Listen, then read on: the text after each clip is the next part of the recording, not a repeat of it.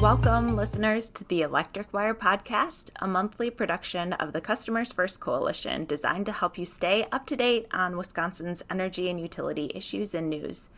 I'm your host, Kristen Jilks. I'm the Executive Director of the Customers First Coalition, and today I'm pleased to share a recent conversation with Joe Fontaine, who is the Case Coordinator for the Public Service Commission of Wisconsin's current open docket on the roadmap to zero carbon.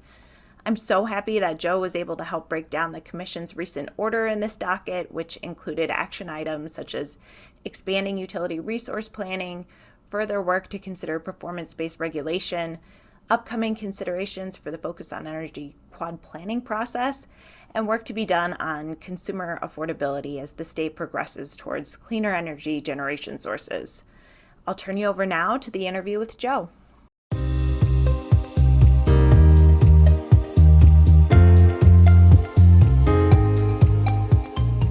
Thank you, Joe, for joining the podcast. How are you? Good. Thanks for having me here. Thanks for joining. You're a regular listener, right? Yes, I am. Okay.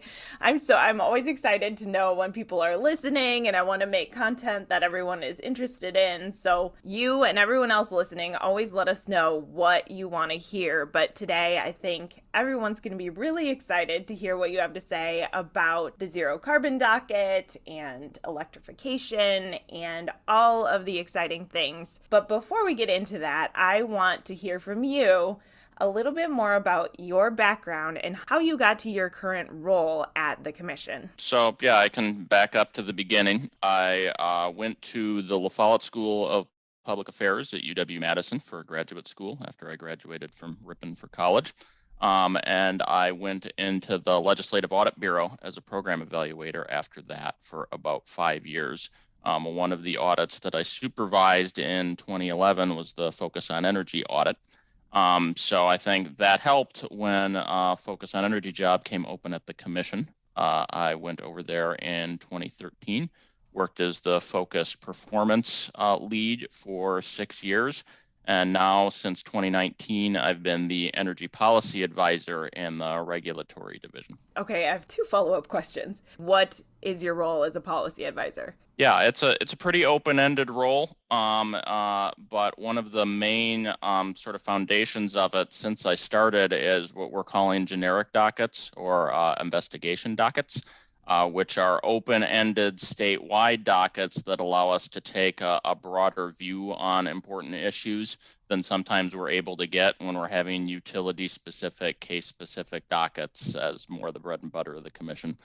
So, there's a long history with these in Wisconsin and in plenty of other states. It wasn't something that the Commission was very active in doing earlier in the 2010s. But since Chair Volt came on, this was a priority of hers, big reason that this policy advisor position was created, and that I've jumped into it. So the first one that we started working on when I came on board in 2019 was the electric vehicle investigation. We had a workshop on that in late 2019. We ended up with a draft order that became a final order late in 2020, encouraging utilities to do EV pilots and setting a framework for what they should put in an application and what the Commission will look at in approvals. In spring of 2020, we opened the parallel generation buyback rate docket to look at issues related to net metering, avoided costs associated with rates paid to DERs. That's still ongoing. We're working on a couple of tracks there. We're doing some more research on some net metering issues. Our biggest utilities have filed tariff dockets about updates to their avoided cost rates that just came in that we'll be working on later this year into 2022. And then the new one, which I'm sure we'll get into a lot more detail on, is the roadmap to zero carbon docket, which was opened in spring of this year, and which we can walk through a little bit more as we go along here. Perfect. So you mentioned that the zero carbon docket started earlier this year. What drove the Commission to open this docket, and how did that process begin? Right. So I think we've been pretty happy with how the earlier generics were going. I think one of the big goals, part of the goal is just to be able to have that broader perspective on a broad topic than utility-specific case can bring. And that's definitely worked out for EVs and for buyback rates. I think one of the other goals we had coming into those was to do it in a really collaborative way, a really engaged way that brings a lot of people around the table with different perspectives on these complicated issues. And find a way to work through it that kind of brings all that information together, that allows people to speak up and surface all these different perspectives, and hopefully land in a place that can knit that together into something that everybody can be satisfied with. So I think that had been going well with the model that we had already set with EVs and buyback rates. And so it's what we started thinking about last year as we saw a lot of other work really ramp up on the clean energy transition. Really, I guess dating back to 2019 was when the governor issued the executive order setting his goal for 100% electricity generation by 2050. Our largest utilities have all been setting goals that now all amount to 100% by 2050 as well. And I think that gained some speed last year when we saw a couple of efforts that were developing more specific recommendations, action plans for how we'd start taking steps toward that. The Climate Task Force is one of them. They had issued their recommendations late last year. Even just a little bit before that, the Wisconsin Energy Distribution and Technology Initiative that was convened by MWork and Great Plains, and that brought together a number of stakeholders. They had issued recommendations in 2020, and the Clean Energy Plan, still ongoing now, but that's been a very active discussion dating back to last year as well. So there are lots of ideas in there, some which are phrased as very specific recommendations to the commission, others are which are surfacing issues that are still things the commission's going to want to engage with. And as we thought about the best way to try to engage with that breadth of work, we thought opening a generic docket, one that's even broader than the previous two, was going to be a way to bring things together and create a platform that allows us to engage with the whole breadth of issues. There's lots of interactions between them that we want to try to recognize, create that space for us, and hopefully that's going to be sort of more flexible and easier to work with than it might be if we were just picking our spots on specific things and then the scopes boxed in a little bit more. So that was opened in March of this year. And then in April of this year, we issued a call for comments to the general public. And to support that call, we laid out what WEDI had recommended, what the Climate Task Force had recommended, other specific considerations that have been brought up by utilities in discussing their 100% goals, that we've published in other documents before, and said, the hard part, EVs and buyback rates are obviously broad issues. But this is even broader. There are dozens of recommendations just in those documents alone, and there's certainly more ideas than are in those documents that are important to bring up here. So the challenge in this docket is to figure out how to pick our spots. That we unfortunately can't do everything at once, but we want to try to find some opportunities to figure out what our priorities should be, at least for getting some work started. So we issued the call for comments and said, here's a bunch of options. You may have other ones that aren't even listed here. What are your 1 to 3 highest priorities to address in this docket, that fit within the commission's jurisdiction and authority? We got a number of comments back, I think 48 total comments, which is great. That's even broader than the comments we've gotten on the generic dockets before. And it's good to get such a depth of comments and a breadth of different perspectives that was very broad as well. That was nice to see. And we sorted through those this summer to reach the priorities that we've ended up setting now this fall. So I just want to throw out there, and we'll put this in the show notes as well, but the docket number that we're talking about for the Roadmap to Zero Carbon Plan is docket number 5, EI 158. So everything that Joe is talking about, all of these comments can be found by going to the Public Service Commission of Wisconsin's website, looking for that docket number specifically, and you can see literally all of the documents, everything that was filed, and really how all of the reports Joe mentioned, how they sort of got to these set of recommendations. And actually the commission just issued an order after you said you went through all of these comments over the summer and sort of distilled it down to really 4 basic recommendations for moving forward. Mm-hmm. Do you want to talk a little bit more about what those 4 bigger points that came out in this order were? Sure. Yeah. And, I'd acknowledge up front, and we tried to acknowledge in the memo that laid this out, we did need to pick their spots. There were a lot more than 4 good suggestions for topics that Yes. came up in those comments. And the topics are pretty broad, and they've got subcategories and stuff too. But for ease of use, there are 4 basic items, which were including more analysis of utility resource planning, conducting a workshop on performance-based regulation, considering energy efficiency items in the focus on energy planning process, and conducting further analysis on customer affordability. So all of those were ones that were among the most popular suggestions, and sorting out what everybody suggested, they really emerged as things that were a lot of the priority for a lot of commenters across a breadth of perspectives.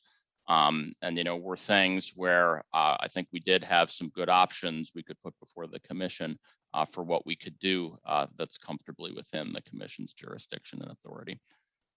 So just taking them one by one briefly, more transparent utility resource planning was the most popular suggestion of all the comments. I think people are very sensitized to the fact our generation mix is changing a lot more and a lot faster than it has at many points in history. Retirement of coal plants, replacement with solar or other options. And the way we have approached that, or the way a number of states approach that, I should say, is what's called integrated resource planning. But that's not something we have in this state, and it would be a statutory change to establish it. So what the commission ordered here that I think can hopefully bring us towards a happy medium is to expand on our approach to the strategic energy assessment, which is the energy planning docket that we do under statute every 2 years to do a broad analysis of the state electric system. The SEA is different every time we do it. There's some requirements of what we're supposed to do, what we're supposed to collect, but there's also a lot of flexibility for the commission to use its discretion for what the SEA should be. And we want to use this discretion to be more ambitious this time and to really work more closely to make utility resource planning more transparent and provide more of our own analytical perspective from the commission staff side on important considerations as we see this generation transition continue. This got brought up because the timing works out nicely. The SEA is a biennial process every 2 years and was already on schedule to launch this fall with data collection for publication in 2022. So the commission decided, and this has already gone into the data requests now out to utilities, to ask utilities for a lot more information to make more transparent for the retirements that they're proposing, for the generation additions that they're proposing. Talk us through your thought process, your analysis process, your modeling process, and really lay out a lot more and lay it out more globally than we tend to do in utility-specific, case-specific filings. We think that can make things a lot more transparent, really facilitate a good discussion, not only for the sake of a good SEA report, but to help every reader feel like they've got a broader context for all the other ongoing work the commission will be doing over the next several years. Do you know offhand what the docket number is going to be for that? Yes, the SEA is in 5ES 111. Perfect. Yeah. And you can find, for example, the data request is out there already. Oh, okay. See exactly how we laid that out. 5ES 111. That's correct. Yep. Okay, cool. Yeah. I look forward to it. I always look forward to the SEA. Okay, let's talk more about, this is my favorite. I do. Okay, I have a couple favorites. So, but the first one, which was the second finding by the commission, was that it's reasonable to conduct a workshop on performance-based regulation. What can we expect moving forward? Do you have a timeline in mind? What should we expect from this workshop? Yeah, so the commission, this came up a little bit at the meeting discussion. We have some advantages in jumping into performance-based regulation right now. There is a long history in Wisconsin with things that fall under the general umbrella of performance-based regulation, the general idea of finding ways within our existing regulatory structure to provide rewards, penalties, and sort of guide utilities towards our policy priorities in a way that can be a win-win for both sides. We have a long history in Wisconsin, and we have a growing history nationally and even internationally of more experience with this over the past several years. So there's a good base of research and a growing base of experience out there. I think it's something that a lot of people who are engaged with this docket already and could engage with this workshop going forward have some baseline familiarity with. So our goal is to take advantage of that and really move beyond the basics. We don't need another basic PBR report. Move beyond that and really move quickly into some concrete discussions about how can this work in Wisconsin. How can we think about the data that we want to be using to measure performance, the performance incentive mechanisms that we might be able to use to implement this and get the ball rolling, and figure out how we can make it work here, kind of build on what people have already built for us, and move quickly to hopefully making an impact on concrete decisions here in the state.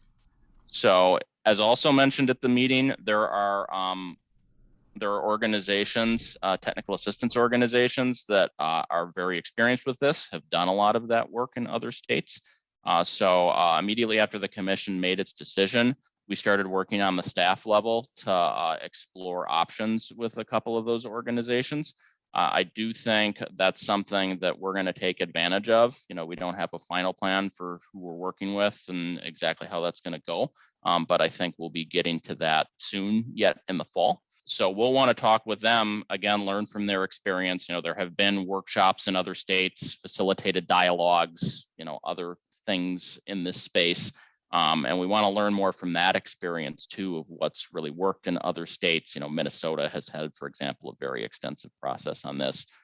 What may not have worked in other states that we can learn from as well. So we'll be working with some partners going forward, and hopefully by later in the year, we'll at least be able to announce a set time frame for when the workshop or other work surrounding it will launch. And we do want to take some time to get well organized here, learn from our partners, but we also want to move quickly enough to get this conversation going and give some space for people to work through these complicated issues and have it inform decisions sooner rather than later. Agreed. And I'm going to put a link in the show notes too. One of the best, most recent examples I've read was a Utility Dive article that came out this summer, and it says, "This is starting on the right path. Hawaii sees early successes with performance-based regulation." And as Joe referred to it, some people refer to it as PBR. And I know now that I'm going to need to go in and get a new audio file that's like a beer can opening and play that every time someone says PBR moving forward. So yes, the working title for the workshop is PBR Me ASAP. I don't know if I'm going to be allowed to put that in a commission document, but I love it. Well, I'm looking forward to that, and everyone should go check out this Utility Dive article too, because it gets into just more some of the, how did Hawaii set up this process and what are the results. And also in this order, you mention customer affordability. That's going to be part of the performance-based regulation workshop, because performance-based regulation can also put a huge incentive on customer affordability and reliability as well. But I think that's part of what makes it intriguing for people on both sides of the aisle, that there could be some real potential to work through this as a nonpartisan issue that really just puts a focus on some of these issues that matter most to everyone, and one of the biggest ones being affordability. Yeah, I mean, PBR is a set of tools, really. And I think one of the reasons that we felt good about prioritizing it here is, you can use those tools on a lot of different issues, and creating the space to start working through PBR and having some of those discussions may be a good way for us to get to a number of other priorities that people suggested directly to us or just on people's minds. We're creating a space to get to more of that going forward, hopefully. Great. Okay, you're the focus on energy Yes. expert. So tell us more about some of the energy efficiency items that the commission is planning to address in the next quad planning process that was part of this order. Yeah, so like with planning and the SEA, this was another case where the timing worked out well with existing work the commission's already going to be doing.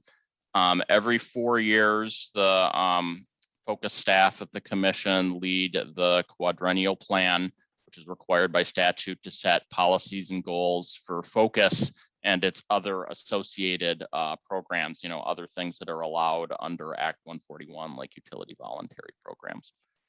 So that was already due to launch this fall for decisions next year, again, much like the SEA. So there were a number of folks who commented prioritizing efficiency in general and raising a number of specific suggestions for issues to get into.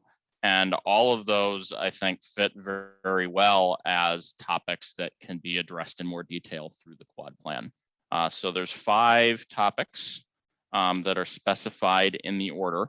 It is aligning focus performance goals and program offerings with carbon reduction goals. Focus measures its goals right now based on energy savings, just how much electricity you're reducing by using the more efficient light bulb. It already saves carbon, and that's something that we measure, but it's not something that's been made formally part of Focus's performance structure.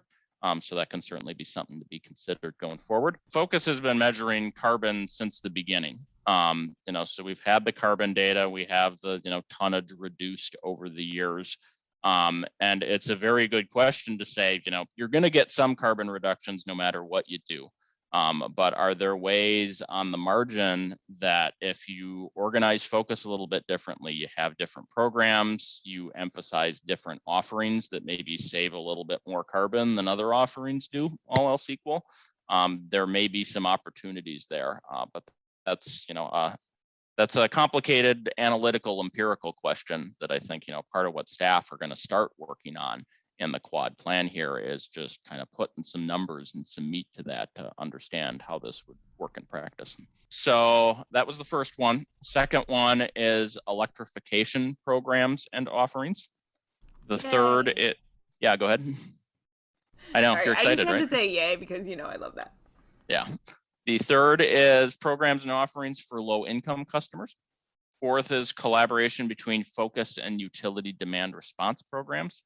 And fifth is utility voluntary programs, which could also have a connection with the performance-based regulation item, because part of how that was brought up by commenters is suggesting that that might be another place where using PBR type techniques to encourage more and broader utility action would be something where we can draw on experiences from other states. I love it. Thank you.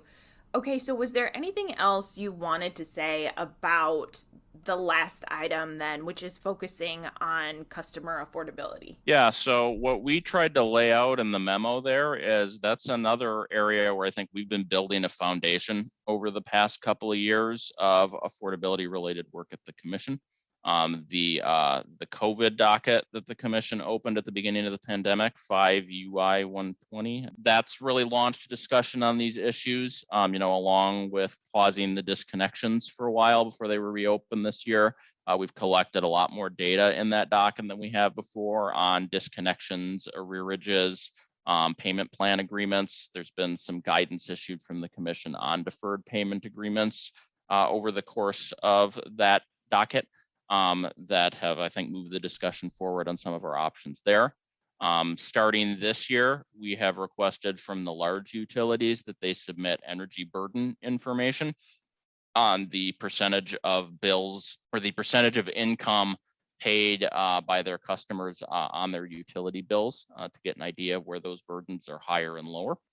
And we're launching a number of other efforts too, like through the Office of Energy Innovation. We have the WISCO project, which is designed to look at community solar options with specific offerings designed for low to moderate income customers. So we've got a lot of good work going there. And I think the roadmap is going to be an opportunity to keep that going and to make sure it's plugged into the big picture of the roadmap as a whole, and this move towards decarbonization is something we're going to want to do in a way that maintains a balance between proceeding towards those goals while still limiting costs for customers, maintaining reliability, maintaining adequate resources, and emphasizing affordability upfront right away as one of these first steps in the roadmap is part of a way to make sure we keep our eye on that ball. So the research that we envision doing there, I think will build on some of that work that we're already going to be doing. Take a deeper dive into the energy burden data than we've done so far, and find good ways, sort of similar to performance-based regulation, to translate that into concrete information and concrete decision making at the commission level. It's another thing too where we can draw on experience in other states. Again, this has been a growing issue of interest and of research over the past several years. And we've also started digging more than we've been able to before into understanding how those processes are working in other states, figuring out what we can learn from them and what we can do to move things even farther here. Excellent, thanks. Is there anything that we've missed that you wanted to bring up? Anything further on EVs, electrification, any of the work you're doing in other dockets? Yeah, so on EVs, we've been very excited to see the specific cases and proposals come in recently.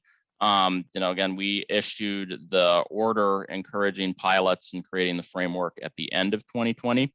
Even before that, earlier in 2020, several of our utilities had proposed EV support programs. Xcel, We Energies, WPS have all had programs approved now by the Commission. And Wisconsin Power and Light has some EV-related proposals in their settlement docket that's currently submitted to the Commission. So we're excited that that's a good start of, the premise of our order in the first place was simply, we want to learn, we want to create a space where we're starting to try some stuff, starting to figure out how it's going, and be better prepared if and when EVs become a larger part of the utility space in the future. So we're enthusiastic about engaging with any more applications that may come in going forward under that order.